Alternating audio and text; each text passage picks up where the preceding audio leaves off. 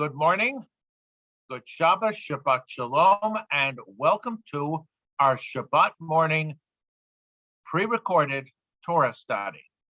Let me make very clear this is pre-recorded. This is for the Shabbat morning of July the 24th. It is being pre-recorded on July the 8th, just so everything could be put in context. And I want to begin with an announcement. You know we are planning to have our high holiday services in the sanctuary. We are planning to have services in the sanctuary throughout August. For the last couple of days in July, even though I'm technically on vacation, for Friday night, July the 30th, and Saturday morning, July the 31st, I would like to do an experiment and have services in the sanctuary. We're going to send out a special announcement, invitation, whatever you want to call it. And I hope as many of you as possible will be able to be there. I am really anxious, as I know you are, to get back into our sanctuary. It will be our new normal. It won't be the same as it always was, but I think we need to do this as soon as we possibly can. Let me tell you where we are in our liturgical calendar. Last Sunday, in other words, less than a week ago, was Tisha B'Av, the 9th of Av, the anniversary of the destruction of the first and the second temples. Our Haftorah selections over the summer reflect what happens on Tisha B'Av. The Haftorah readings leading up to that day are words of rebuke, working on the assumption, as our ancestors did, that the destruction of the temple, the destruction of Jerusalem, was as a result of their misbehavior, their sin. Right after Tisha B'Av, the first Shabbat after, and that's this Shabbat, we have Haftorahs of consolation. And beginning with the 40th chapter of Isaiah, and permit me to read some of the beginning sentences from that. Comfort, oh, comfort my people. This is God saying, says your God.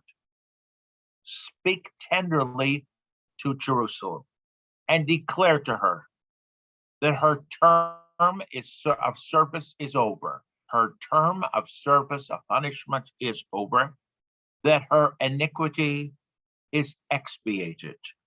For she has received at the hand of the Lord double for all her sins. To put in different terms, you've served your time. Now the suffering is still there.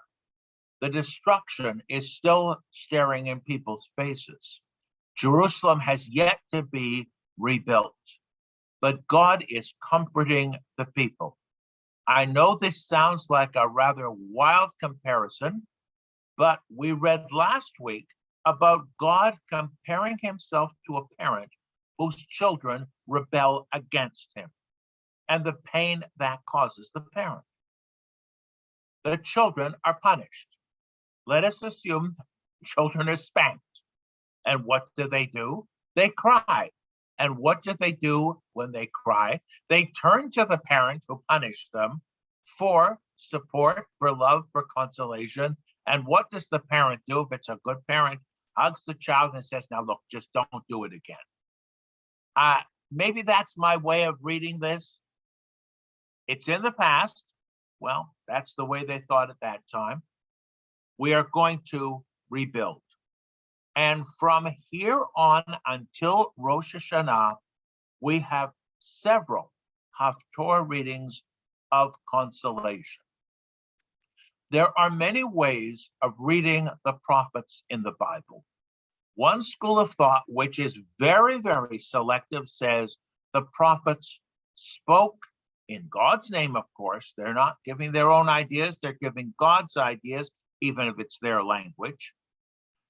But the people left a lot to be desired. They are harsh. They're demanding. That's only part of the story. What we read here and what we read in other sections as well, words of comfort and words of support. And those words of support are things that we as Jews have turned to throughout the centuries to keep us going, no matter what happened. And there is that tradition. And remember, we don't have to believe this literally to understand the force and the power of it, that when the people went into exile, God went into exile with them. It would have been very easy to build into an ancient Near Eastern way of thinking that when the people of Judah, for example, were defeated by the Babylonians, it was as if the Babylonian God defeated the God of the people of Israel. We didn't let that happen. We turned things around. It wasn't God's weakness. It was our misbehavior. Now, you may not accept the theology of that, but think of what is behind that. The idea that we are not finished, that we're not going to see this as the end of our people. And what happened over 2.5 millennia ago is still inspiring us today. I picked up and opened up a book, and I turned to the 40th chapter of Isaiah, as our ancestors have done through the centuries.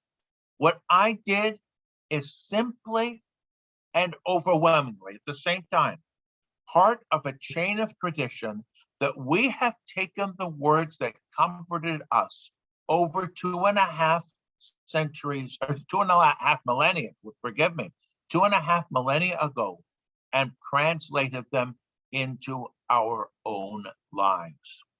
So, however ancient these texts are, however one may say they are no longer relevant to our lives, we can also say they're extremely relevant to our lives.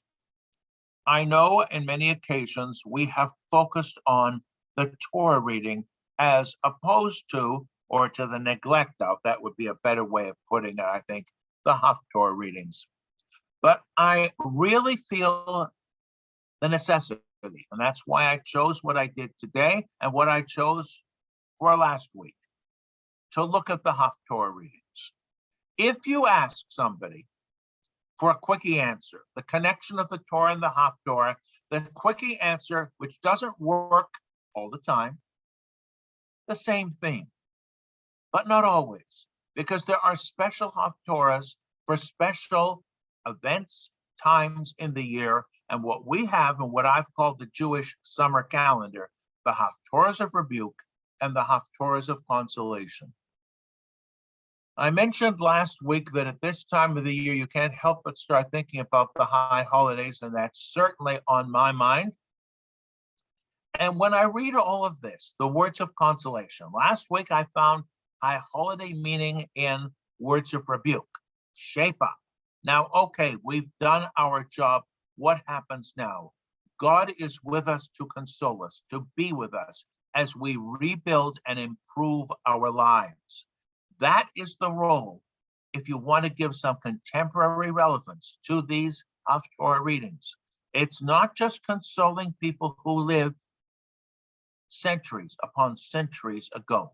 That's true. It also says something to us, that we should feel a sense of comfort that if we have prepared properly, if we have repaired whatever damage we did, when we go to the synagogue on Rosh Hashanah and Yom Kippur, we can be comforted that the door is open for us. And for those who feel, rightly or wrongly, that there is no room for them because they are beyond hope, there's no such thing. And in case you are wondering, the words that are said just before we say Kol Nidre, we focus on Kol Nidre, we focus on the music. I'm focusing for a moment on a few of the little sentences just before, that we are essentially giving permission to those who are varyanim, sinners, who's a strong word, to join us in prayer.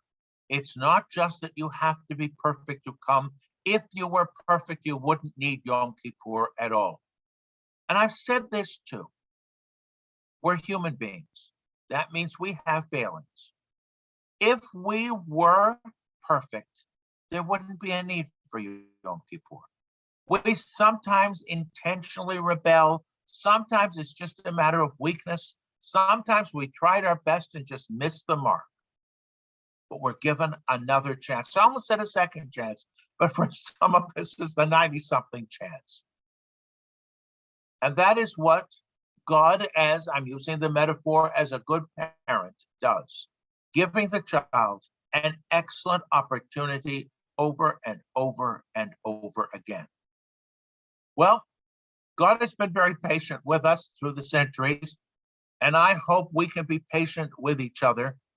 This has been a very trying and emotionally exhausting 16 months. If you are frustrated, think how I feel. It has not been easy. I need one more time to give special thanks to all my technical advisors here in our house. I could not, by any stretch of the imagination, have done it myself.